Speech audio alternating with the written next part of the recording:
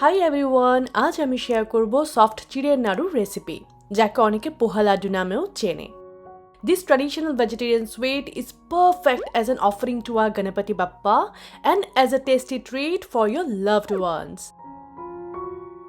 এটা বানানোর জন্য আমাদের দরকার চিড়ে, নারকেল, গুড়, এলাচ গুঁড়ো, সামান্য ঘি আর কিছুটা দুধ।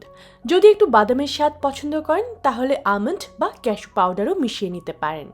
তাহলে চলুন শুরু করা যাক।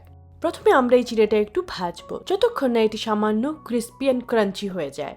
এতে মাত্র কয়েক সেকেন্ড লাগবে, তাই কিচেন থেকে একদম না সরাই ভালো।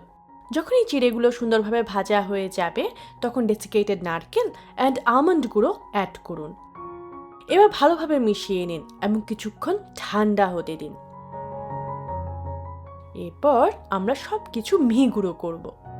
এবার এই মিক্সচারটিতে এলাচ গুঁড়ো, ঘি এবং গুড় অ্যাড করুন।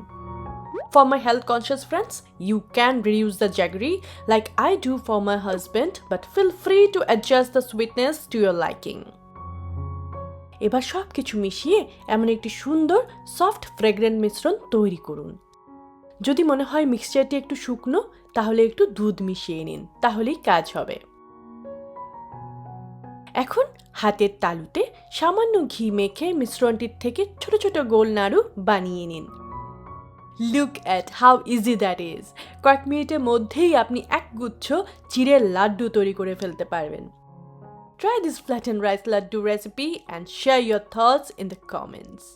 আজকের জন্য এটুকুই। আপনাদের সবাইকে গণেশ চতুর্থীর অনেক শুভেচ্ছা। কুইক আর সুস্বাদু রেসিপির জন্য আমার চ্যানেলটি সাবস্ক্রাইব করতে ভুলবেন না। Until next time, happy cooking!